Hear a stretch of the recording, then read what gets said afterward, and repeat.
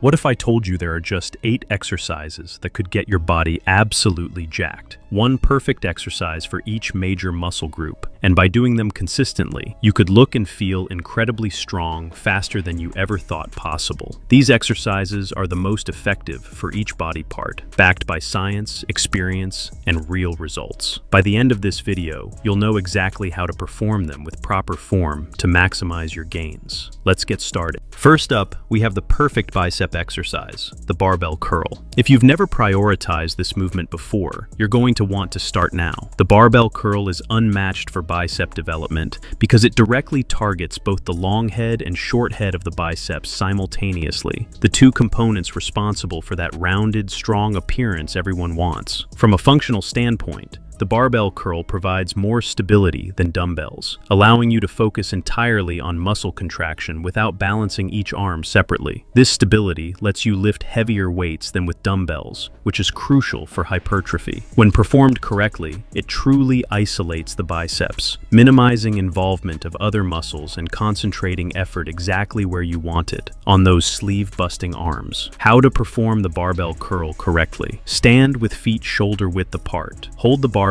with an underhand grip at shoulder width. Keep elbows locked to your sides throughout the movement. Curl the barbell up, contracting your biceps, then lower the weight back down with control. Repeat for desired reps. Do 3 sets of 10 to 12 reps with a weight that challenges you but allows you to maintain strict form. But if you think impressive arms are just about biceps, you're missing half the picture. Wait until you see what the next exercise does for the back of your arms. Triceps, skull crusher with easy bar. Moving on to number 2, we have the perfect triceps builder, the skull crusher with an easy bar. Your triceps make up 2/3 of your arm size, and this exercise is superior because it targets all 3 heads, long, lateral, and medial, providing a comprehensive workout for maximum size and definition. The easy bar's curved design offers a more natural grip, reducing wrist and elbow strain compared to a straight bar. This comfortable grip allows you to focus on isolation without discomfort. The movement also creates optimal time under tension, increasing the duration the triceps are working, a key factor for muscle growth. Let's be honest, nothing completes a powerful arm like thick, defined triceps that give your arms that full, developed look in any shirt. How to perform the skull crusher correctly. Lie on a flat bench with an easy bar held above your chest. Keep your upper arms stationary, perpendicular to the floor. Bend at the elbows to lower the bar toward your forehead. Stop just before the bar touches your head. Extend your arms back to the starting position. Maintain control throughout the entire movement. Do 3 sets of 8 to 10 reps, focusing on the mind-muscle connection rather than just moving weight. Now I'm about to show you the exercise that will transform your upper body more than any other. If you've been skipping this next movement, you're leaving serious gains on the table. Chest, incline bench press. At number 3, we have the perfect chest exercise, the incline bench press. This variation is superior because it targets the upper portion of the pectoralis major, an area often underdeveloped compared to the middle and lower chest, creating a more complete aesthetic physique. Performed at a 30 to 45 angle, this exercise shifts tension to the upper chest, creating a fuller appearance near the collarbone. It's a compound movement that also engages the anterior deltoids and triceps, allowing heavier weights for faster strength and muscle gains. The incline press can be performed with dumbbells, a barbell, or machines for comfort and variation. How to perform the incline bench press correctly. Set the bench to a 30 to 45 angle. Lie back with feet planted firmly. Grip the bar slightly wider than shoulder width. Lower the bar to your upper chest with control, then press back up in a slight arc. Keep your elbows at about 45 to your body and maintain back contact with the bench. Do 3 sets of 8 to 10 reps. And remember, this isn't about ego lifting. Control the weight for maximum chest activation. Coming up next is the exercise that 90% of gym goers completely ignore, but it's the secret to building those diamond-shaped calves that stand out in shorts. Calves, standing calf raise. Now you're definitely going to want to see this next exercise, the perfect calf builder, the standing calf raise. Even though it looks simple, it's superior for calf development because it works both the upper and lower portions of the calves, promoting complete strength and hypertrophy. hypertrophy in this notoriously stubborn muscle group. This exercise provides a full range of motion, allows progressive overload, and improves blood circulation. Strong calves enhance ankle and knee stability, reducing injury risk. How to perform standing calf raises. Stand on a raised platform with the balls of your feet, letting your heels hang off the edge. Hold dumbbells or use a calf machine for resistance. Rise up onto your toes as high as possible. Squeeze at the top, then lower your heels below platform level. Move in a controlled manner. Do 3 sets of 15 to 20 reps, focusing on the squeeze at the top and the stretch at the bottom. But if you want to build an impressive back that creates that coveted V-taper, you need to master this next exercise. It's the single most effective movement for width and thickness. Back, the pull-up. Let's get into the perfect back builder,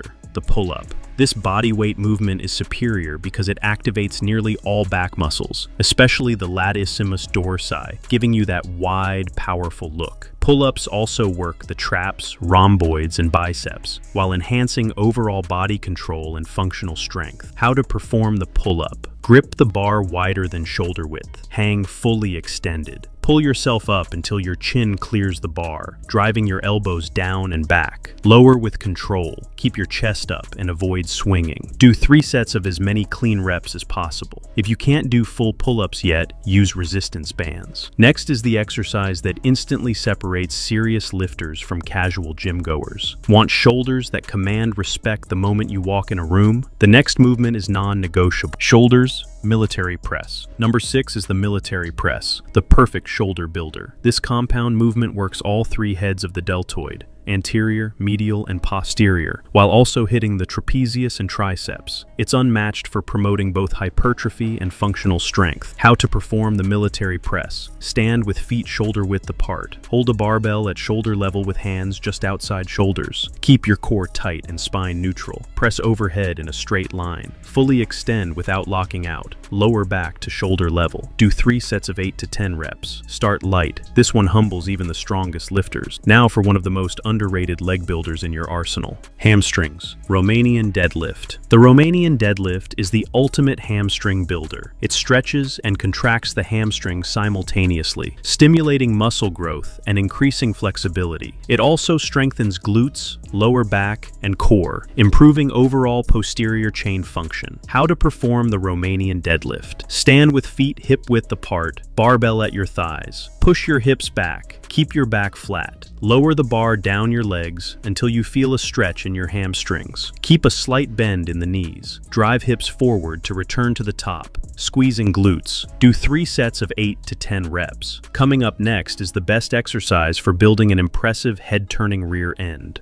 Glutes, hip thrust. The hip thrust provides unmatched glute activation. It places the glutes in a position of peak contraction, building mass and strength better than squats alone. It also strengthens surrounding muscles, improves posture, and boosts athletic power. How to perform the hip thrust. Sit on the ground with your upper back against a bench. Place a barbell across your hips. Use a pad. Feet flat, shoulder width apart. Drive through your heels to lift your hips until knees form 90 degrees. Squeeze your glutes hard at the top, then lower with control. Do 3 sets of 10 to 12 reps, focusing on the squeeze. And now let's round out your physique with the exercise that ties everything together. Abs, plank. Last but not least, the plank. This core movement engages the entire abdominal wall, including the rectus abdominis, obliques, and transverse abdominis. It improves strength and posture while protecting your spine during all other lifts. How to perform the plank. Start in a push-up position, then lower onto your forearms, elbows under shoulders. Keep a straight line from head to heels. Engage core, squeeze glutes, and look at the floor. Hold while breathing normally. Do 3 sets of 30 to 60 seconds, prioritizing good form. Workout routine, 3 times last week with rest days in between. Free squats, 3 sets of 8 to 10 Romanian deadlifts, 3 sets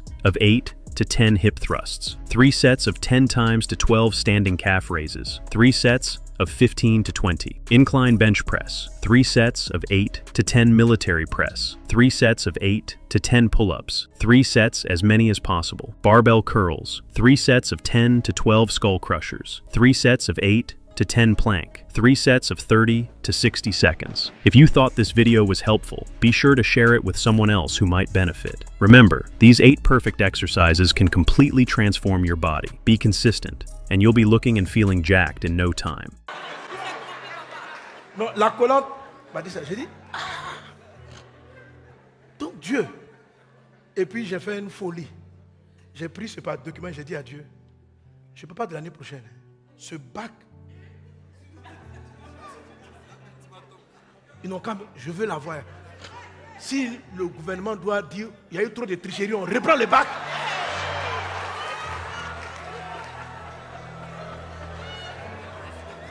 J'ai pris ça, j'ai fait une prière. Je veux le bac.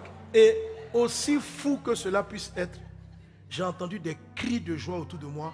Je sentais qu'il y avait des anges qui ont crié quand j'ai fait cette prière. Et puis j'ai entendu, Mohamed, tu as obtenu grâce auprès du Père à cause de ta foi. Amen. Moi-même, je ne comprends pas la logique parce que j'estime que aujourd'hui, avec du recul, que je n'ai pas agi sagement. Mais à l'instant précis, tu me dis, tu as obtenu grâce auprès du Père à cause de ta foi. Et c'est le jour-là que j'ai reçu mon baptême de la joie. C'est-à-dire que quelque chose est rentré en moi. Et la joie.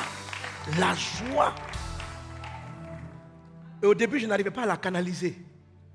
C'est comme de l'électricité. Je suis obligé de mettre quelquefois ma tête sur un coussin et puis crier de joie dans mon lit. Wow.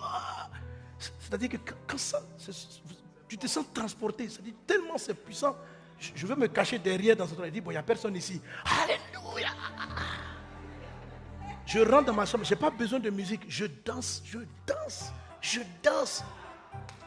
C'est-à-dire, un gars qui a échoué. Bien sûr, on n'a pas repris le bac cette année. J'ai dû reprendre la classe de terminale. Mais j'avais une joie depuis ce jour. C'est une joie qui est venue sans raison. Et même les raisons étaient censées m'attrister. Le fait que je sois humilié d'aller célébrer la victoire des autres pendant que moi-même j'ai échoué, ça doit te rendre triste et découragé. Mais malgré tout, j'ai continué de croire et quelque chose est venu dans ma vie. Amen. La joie divine n'est pas logique. Elle n'est pas logique. Mais vous en avez besoin. Pour que les grâces de Dieu se multiplient dans votre vie. La Bible dit, la piété plus le contentement. C'est quoi le contentement? Il dit c'est une grande source de gain. Le contentement, c'est être content de petites choses. C'est-à-dire que la joie divine, même simplement même vous réveillez le matin, elle est contente. La joie divine transforme les petits sujets de joie en sujets d'allégresse. Mais d'où elle vient? C'est un don. C'est le Saint-Esprit qui vous la donne. Ce n'est pas un ensemble de victoires qui vous donne la joie. C'est la joie qui va créer les victoires enchaînées et non les victoires enchaînées qui vont l'engendrer. Est-ce que vous comprenez? Est-ce que tu peux t'élever et prier pour dire, Saint-Esprit, je manifeste ton fruit. Je veux ce don. Élève la voix, parle à Dieu, parle à Dieu. Parle à Dieu. N'attends pas les bons résultats pour avoir la joie divine. Aie la joie divine pour manifester les bons résultats. Au nom de Jésus. Brenda Sarabra Katariando Robraza. Raides Glorianta Rababa. Shorobrada Larianda Rababe. Au nom de Jésus de Nazareth. Merci Seigneur. Amen. Tu es béni dans le nom de Jésus. Amen. La joie divine est ton partage dans le nom de Jésus. Amen. Amen. Amen. Alors je vous ai dit que d'ici la fin de l'année, je suis vraiment dans le mouvement de prier contre les esprits de mort. Parce que la joie divine est la puissance qui traite avec ça. Pendant que je vous prêche la joie divine, la santé est en train d'entrer dans vos corps. Amen. Laissez-la se manifester. Laissez-vous être content sans raison valable. Autorisez-vous à sourire sans raison valable. C'est-à-dire que si tu sens que la joie veut monter en toi, laisse-la s'exprimer. Même si c'est ce qu'on dit dans le chant. Amen. Continue de le chanter. Même quand les problèmes persistent. Amen. Continue de le chanter, de le célébrer. Et c'est ce que j'ai fait en fait. C'est-à-dire que malgré que mon problème n'était pas résolu, j'ai continué de dire qu'il est vivant.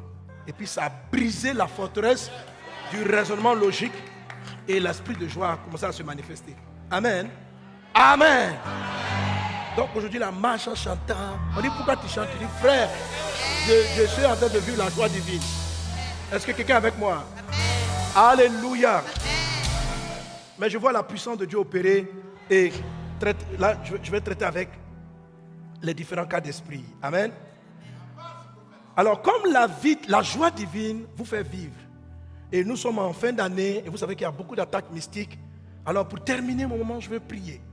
Et je vous invite encore, je suis toujours dans la prière, au matinal de miracle, j'ai le temps de la prière. Venez à la matinale de guérison, de délivrance. Hier, les gens, la délivrance, c'est-à-dire, j'ai vu des chrétiens, c'est-à-dire tu es chrétien, mais les démons de mort les réclamaient.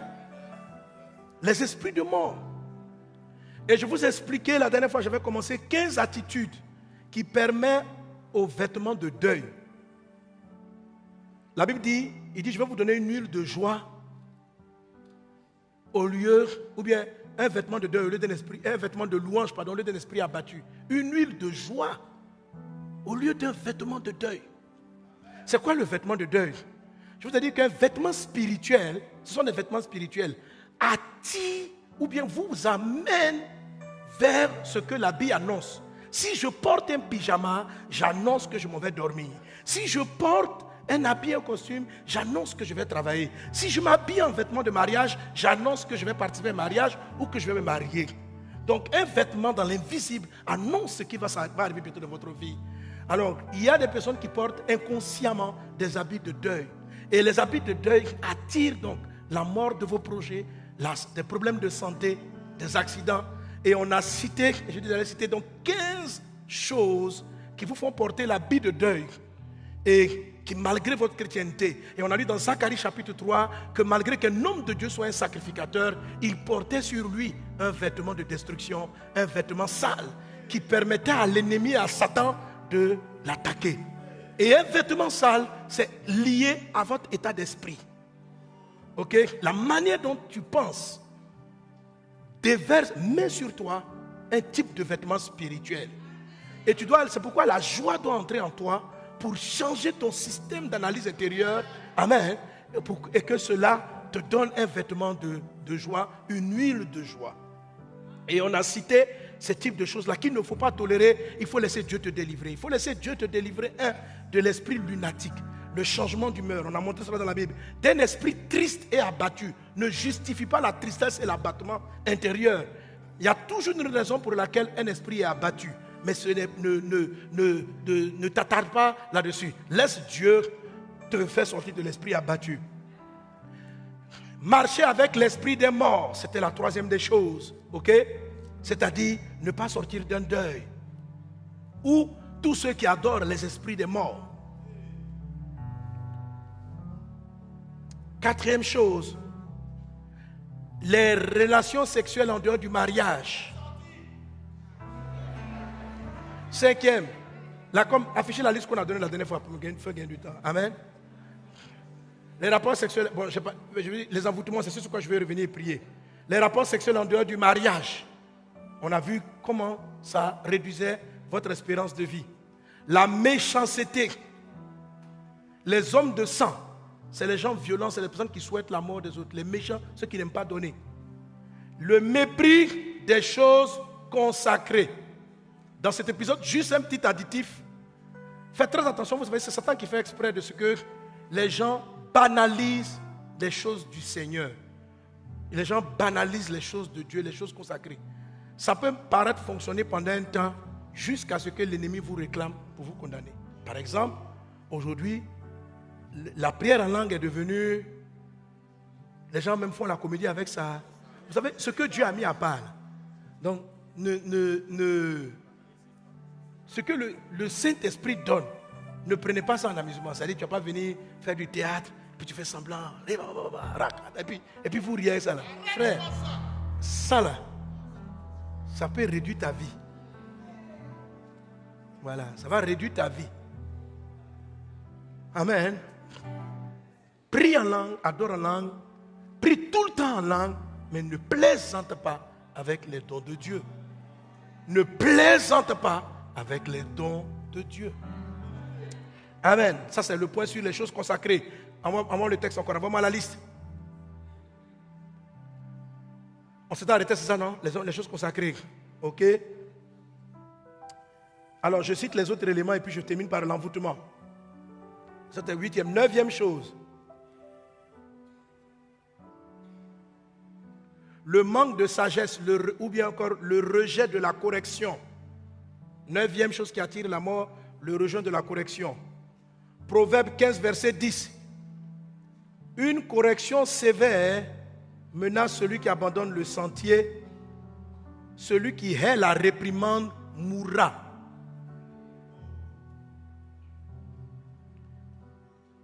Ok? Et là, ce point, je le rattache à la sagesse. Pas avec les oreilles que vous avez nécessairement entendu, il n'y a pas eu de rêve, mais ça vous dérange. Oh, on aurait pu utiliser le mot frustration. Alors j'aurais thématisé ce message, retrouve ta frustration. Mais est-ce qu'on aurait compris? Ce qu'on entend par fardeau ici, c'est justement cette charge intérieure que Dieu met dans un individu. Ce sens de la mission, un but, une responsabilité où on sent que Dieu veut m'utiliser pour ça. On se sent concerné par une situation qui ne concerne pas tout le monde. Notre cœur bat différemment quand on voit ça. On regarde à la télé, on est touché. On voit aux infos, on pleure comme un enfant. Pourquoi ça? On est sensible. On a une réaction directe à ça.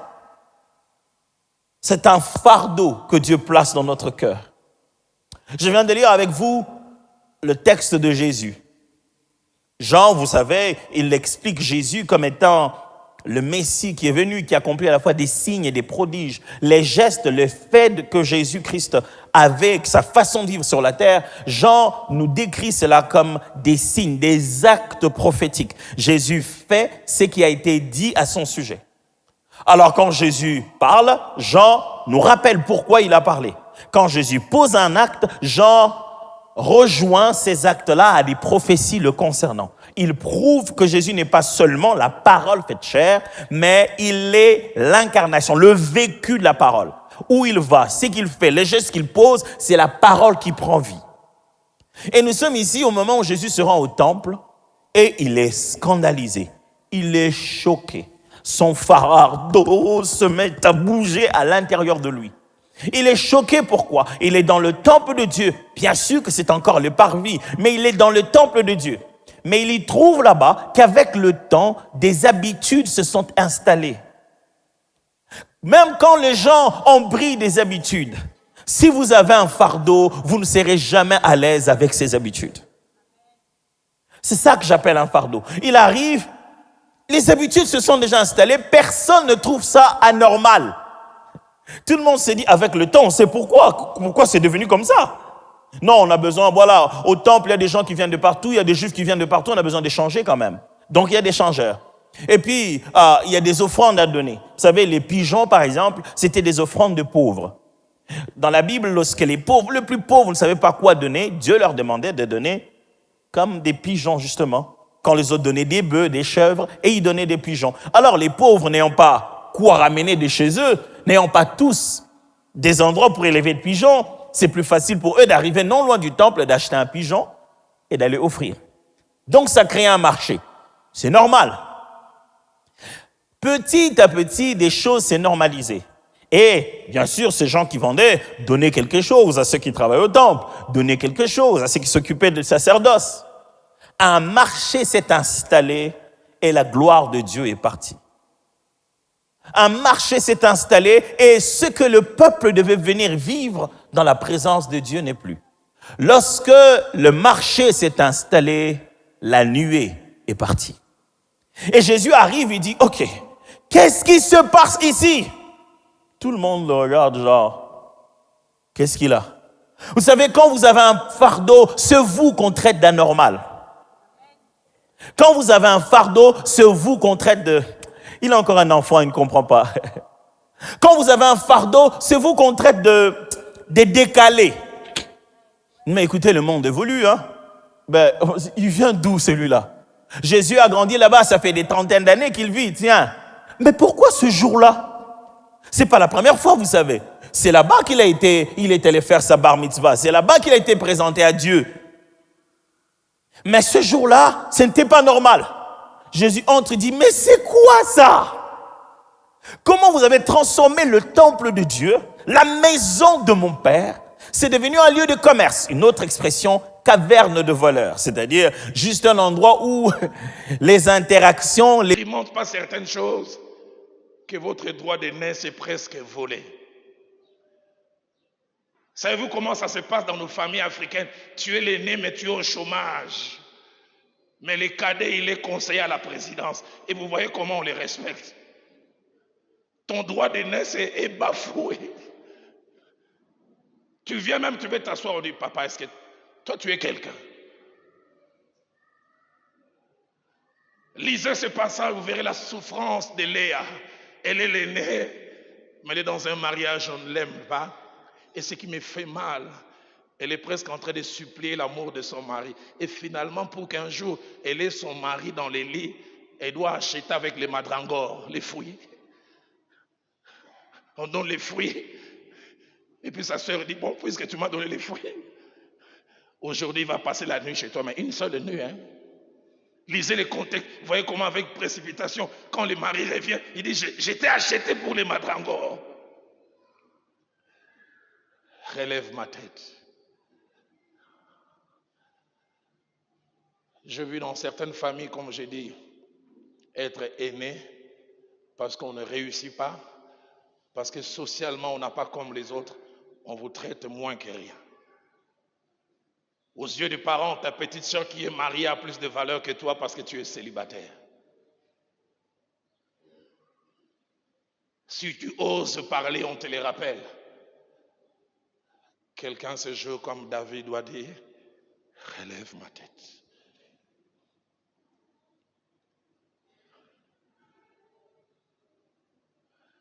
La tête baissée, quatrièmement, c'est comme je l'ai dit, c'est quand on est un mari et on est incapable de nourrir sa famille, d'habiller sa femme, de scolariser ses enfants et de jouer pleinement son rôle. Cinquièmement, la tête baissée, et surtout dans notre culture à nous, noirs et surtout bantous, c'est quand on est mari et qu'il y a un problème de conception et tu sais que c'est toi la base.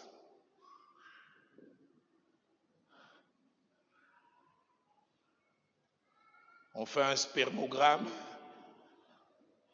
et on dit azospermie. Spermatozoïde 0,0. Et des fois, quand ça reste dans le cadre du couple, ça va encore. Mais quand ça sointe, j'ai connu un homme qui est venu me voir un jour au bureau et dit, j'ai envie de me suicider. Ma belle famille, ils sont venus tuer un escroc. Ils ont utilisé des termes juridiques. Il dit, tu savais que tu avais un problème et tu es venu épouser notre fille. Est-ce que ce problème, tu l'as su maintenant? Conseil des familles. Il dit, là, j'étais en train de crier, Seigneur, enlève-moi cette honte, donne-moi un enfant. Et ce qui est merveilleux, Dieu a exaucé la prière. Relève ma tête. J'ai souvent parlé avec des hommes qui ont ces problèmes. Un homme me dit un jour, il veut toucher sa femme lui dit, ça va servir à quoi? Tu vas me toucher, ça va servir à quoi? Les femmes, des fois, elles compatissent, mais quand elles sont blessées, elles deviennent aussi source de blessures. Qui est blessé, blesse.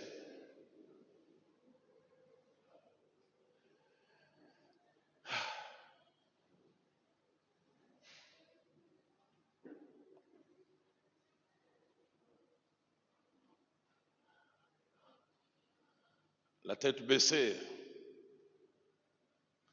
On n'en parle pas, je serai dans une réunion des couples, j'entrerai en détail. En tant que pasteur, je côtoie beaucoup. C'est avoir 20, 30, 40 ans de vie des couples. Et à cause d'une maladie, taux de sucre, problème cardiaque, tu as perdu ta virilité et tu n'arrives plus à assumer dans l'intimité. J'ai souvent parlé avec des hommes et dit l'une des plus grandes souffrances c'est de ne plus être capable d'assumer. Un homme me dit un jour, pasteur, j'avais déjà mal moi-même. Mais en plus, quand elle a dit, on a voulu aller dans notre intimité, et puis je perds ma force, et puis elle me regarde, et je dis,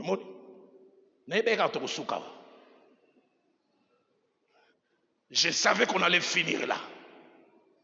Il dit, je souffre déjà, mais elle vient encore m'écraser. Je me souviens de cet homme qui m'a dit un jour, pasteur, tu sais quoi, je suis allé à la chaîne de prière, j'ai dit, Seigneur, si tu n'arrives pas à me guérir pour que je n'arrive pas à satisfaire cette femme, Kamatangaï, prends-moi.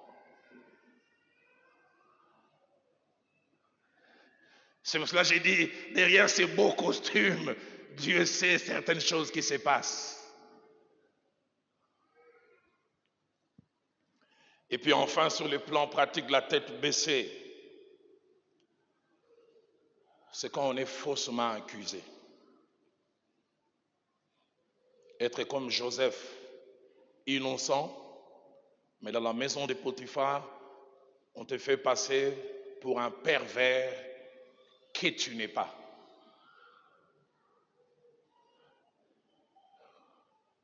Que c'est dur d'être innocent et d'être incapable de l'éprouver. La tête baissée. J'ai vu ma souffrance, celle de mon épouse et même de mes enfants. Quand un bruit est parti dans l'église où je suis resté plusieurs années au départ, on a dit que j'avais touché des commissions. Et puis le terme commission est parti, c'est devenu que j'ai volé. J'oublie jamais ce jour où je suis dans cette agence de voyage, cette jeune fille est en train de vouloir élaborer mon parcours. Je devais passer par le Maroc, puis aller en Amérique du Nord. Et puis elle s'arrête et dit, en lingala pasteur, je t'aimais beaucoup, mais genre, tu es voleur. J'ai appris qu'on t'a chassé de l'église où tu étais, tu as volé $50,000.